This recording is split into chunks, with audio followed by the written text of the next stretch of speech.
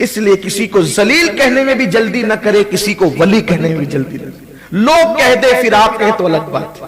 اس لیے کہ کہا گیا کہ خلق خدا کی زبان نکارہ سمجھا جاتا ہے، نکارہ خدا سمجھا جاتا ہے۔ پھر سب لوگ کہیں، جب خدا کسی کو ولی بناتا ہے تو لوگوں کی زبان پہ خود ہی آتا ہے کہ یہ ولی ہے، لوگ کہنے لگتے ہیں اس کو۔ ولی کی ایک پہچان یہ بھی ہے کہ لوگ کی زبان بے ساختہ کہتی ہے یہ اللہ کا ولی ہے، قدرت کہلواتی ہے، فاعل حقیقی کہلواتا ہے کہ اللہ کا ولی۔ آپ لیکن جلدی نہ کریں۔ تو کہا کہ مالک بن دینار نے کہا جس کو تم ولی سمجھ رہے تھے یا ولی کہہ رہے تھے وہ ولی نہ تھا، رات رات بھر عبادت تو کرتا تھا لیکن وہ جنتی نہ تھا، رات رات بھر کعبے کا طواف کرتا تھا لیکن وہ جنتی نہ تھا۔ وہ عذاب میں گرفتار ہے، جاؤ، وہ عذاب میں گرفتار ہے، جاؤ یمن جاؤ، اور یمن میں ایک کنواں ہے جس کا نام بیر برہوت ہے، یمن میں کنواں جس کا نام بیر برہوت ہے، وہاں جاؤ اور وہاں جا کر کے آدھی رات کے بعد آواز لگانا، اے فلاں مجھ سے بات کر، پھر دیکھو تجھ سے بات کرے گا۔ دو ہی چیز ہے، یا تو روحیں جنتیوں کی یہاں ملے گی یا تو جہنمیوں کی روحیں، یہی دو جگہ ہے۔ اگر بات کرنا ہے تو کر لو، یہ آپ اور میرے بس کی بات نہیں تھی، یہ اولیاء کا معاملہ ہے، ورنہ آپ بھی بیر برہوت ڈھونڈنے لگیں گے کہ ذرا چلو دیکھیں فلاں سیاسی لیڈر کہاں پر ہے۔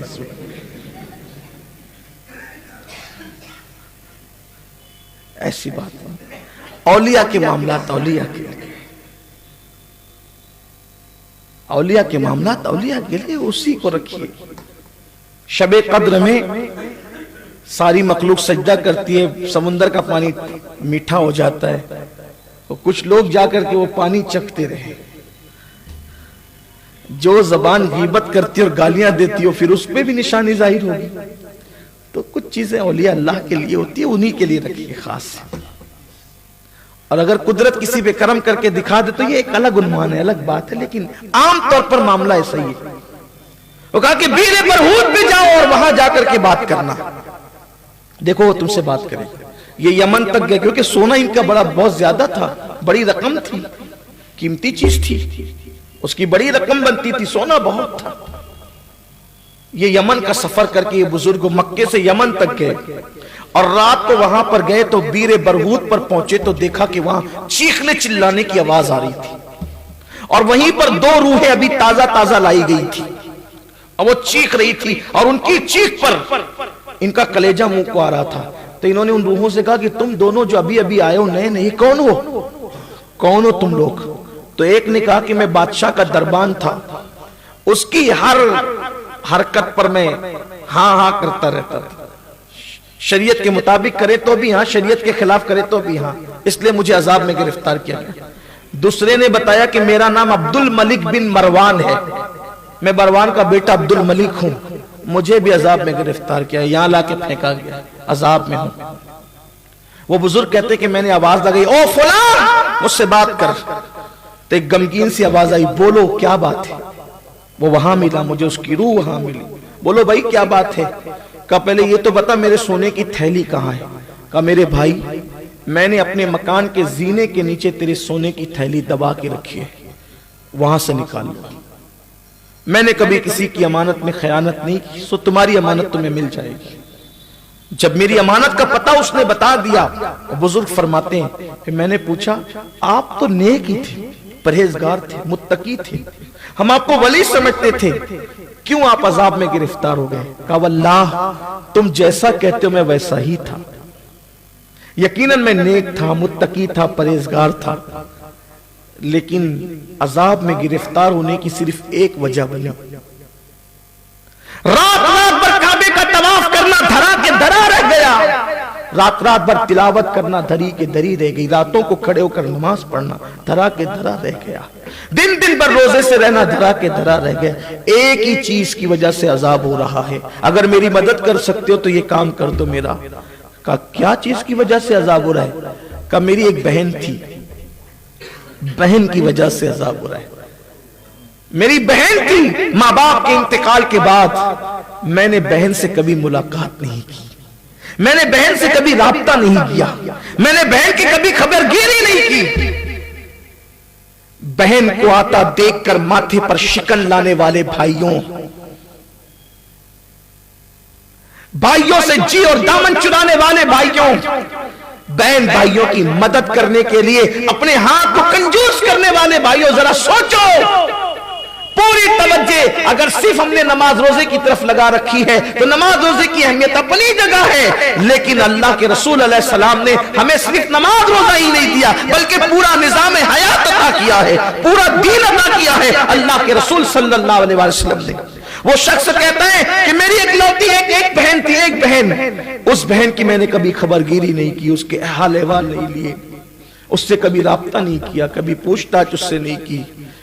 تو جب میرا انتقال ہوا تو میرے اللہ نے مجھ سے کہا تو پیٹ بھر کے کھاتا رہا اور تیری بہن بھوکی رہی, تو کپڑے پہنتا رہا اور تیری بہن بغیر کپڑوں کے پھٹے پرانے کپڑوں کے محتاجی میں زندگی گزارتی رہی, تو پیتا رہا اچھے اچھے مشروبات اور تیری بہن اچھے مشروب پینے سے محروم رہی. سو صرف بہن کی حق تلفی کرنے کی وجہ سے, صرف بہن کی حق تلفی کرنے کی وجہ سے, کیونکہ اللہ نے فرمایا اگر کوئی روزانہ روزہ رکھے اور ہر رات عبادت کرے لیکن اپنے بہن بھائی کے حقوق ادا نہ کرے, صلہ رحمی نہ کرے, تو میں اس کی نیکیوں کو ضائع کر دیتا ہوں, اس کو عذاب میں گرفتار کرتا ہوں. کیونکہ رشتے اللہ نے پیدا کیے ہیں. تو اس کنویں سے آواز آئی, صرف بہن کی حق تلفی, اس سے پوچھ تاچھ خیر خیریت کبھی نہیں لی بہن کی, چھوڑ دیا اس کو. اور بہن کو چھوڑ کے آیا کہاں؟ مکے میں رہنے کے لیے. بہن کو چھوڑ کے سسرال نہیں گیا تھا, بہن بھائی کو چھوڑ کر کے کسی الگ گوشے عافیت میں نہیں گیا تھا, بلکہ بہن کو چھوڑ کر مکہ اللہ کے گھر اللہ کے حرم میں مقیم تھا. میں یہ نہیں کہہ رہا کہ بہن بھائیوں سے کوئی الگ نہیں رہ سکتا, یہ نہیں ہے, علیحدہ رہ سکتے ہو, بلکہ بعض مرتبہ علیحدہ رہنے میں فائدہ زیادہ ہے. پردے کا اہتمام اور ساری چیزیں وہ ایک الگ تفصیل ہے, لیکن علیحدہ رہ کر بھی بہن بھائیوں کی خبر گیری تو کی جا سکتی ہے نا. جہاں مکانات الگ الگ ہوئے کوئی خبر گیری بھی نہیں, کوئی تعلق بھی نہیں, حتیٰ کہ عید پر تک بھائی بھائی نہیں ملتے ہیں, دوسروں سے ملتے, وہ ادھر جا رہا ہے وہ ادھر جا رہا ہے. وہ شخص کہہ رہا ہے جو مکے میں مقیم تھا, مکے میں انتقال ہوا, جنت المالا میں دفن ہوا, وہ کہتا ہے کہ بہن کی حق تلفی کی وجہ کبھی خبر گیری نہیں کی, عذاب میں مبتلا ہوں. اب ایک ہی صورت ہے, نمازیں پرفیکٹ ہے, نمازیں پڑھی ہے, روزے رکھے, سب رکھے, بس ایک ہی گناہ ہے کہ میری بہن کا میں نے حق مار دیا, اس کی خیر خیریت نہیں کی, اس کی حق تلفی کی ہے. جاؤ, اگر وہ مجھے معاف کر سکتی ہے تو اس سے معافی کروا لو, اگر وہ معاف کر دے گی تو میں یہاں سے نکال کے جنت میں داخل کر دیا. وہ بزرگ فرماتے ہیں پھر میں پہلے اس کے گھر گیا کہ واقعی یہ بات صحیح ہے کہ نہیں. جب میں نے اس کے زینے کے نیچے کھول کر کے دیکھا تو مجھے میری سونے کی تھیلی مل گئی. واپس پھر میں نے عجم کا سفر کیا اور اس کی بہن کو جا کر کے میں نے دیکھا تو بڑی بری حالت میں اس کی بہن تھی, پھٹے پرانے کپڑے اور بھوک اور پیاس کی شدت میں وہ ڈوبی ہوئی تھی. اس کا حال دیکھ کر کے مجھے رونا آ گیا. میں آپ سے پوچھنا چاہتا ہوں, آپ صحیح کہنا, کیا یہ گھر گھر کی کہانی نہیں؟ کیا یہ ہر گھر کی کہانی نہیں؟ آج ہماری بہنوں کے ساتھ اپنا سلوک کیا ہے؟ آج ہمارے بھائیوں کے ساتھ اپنا سلوک کیا ہے؟ ہمارے ماموں کے ساتھ, چچاؤں کے ساتھ ہمارا سلوک کیا ہے؟ بس ایک بات جاتے جاتے اتنا کہنا چاہتا ہوں, آخری میں ہم یہ کہتے ہیں یار میں تو سب کا کرتا ہوں لیکن وہی جو ہے وہ میرے ساتھ بدسلوکی کرتے ہیں. اس پر بھی میرے آقا نے فرمایا مومن کی شان یہ ہے جو تجھ سے دور بھاگے تو اس کے قریب جا, جو تجھے توڑے تو اس کو جوڑ, جو تجھے محروم کرے تو اس کو عطا کر. ہم پر جو لازم کیا ہمارے نبی نے ہے ہم اس کو پورا کر دیں, وہ کرے نہ کرے وہ اس کے ذمہ دار ہے. اور اینڈ اس پر کرتا ہوں, لیکن رشتے نبھانے سے پہلے اس کا خیال کرنا جو رسول اللہ کے رشتے کا خیال کرتا ہے.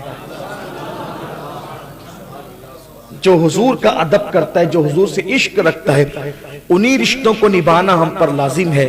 ورنہ جو نبی کو گالیاں دے, حضور کی بے ادبی کرے, حضور کی شان میں توہین کرے, اس کے لیے قرآن کہتا ہے لا تجد قوما یؤمنون باللہ والیوم الآخر یوادون من حاد اللہ ورسولہ ولو کانوا آباءہم او ابناءہم او اخوانہم او عشیرتہم. قرآن یہ کہتا ہے. اور اگر اس کی ترجمانی کروں تو 2 مصرے پڑھ دوں. قرآن کیا کہہ رہا ہے سورہ مجادلہ میں؟ قرآن یہ کہتا ہے نبی سے جو ہو بیگانہ اسے دل سے جدا کر دے, پدر مادر برادر جان و مال ان پر فدا کر. اللہ تعالی ہم سب کو توفیق نصیب فرمائے.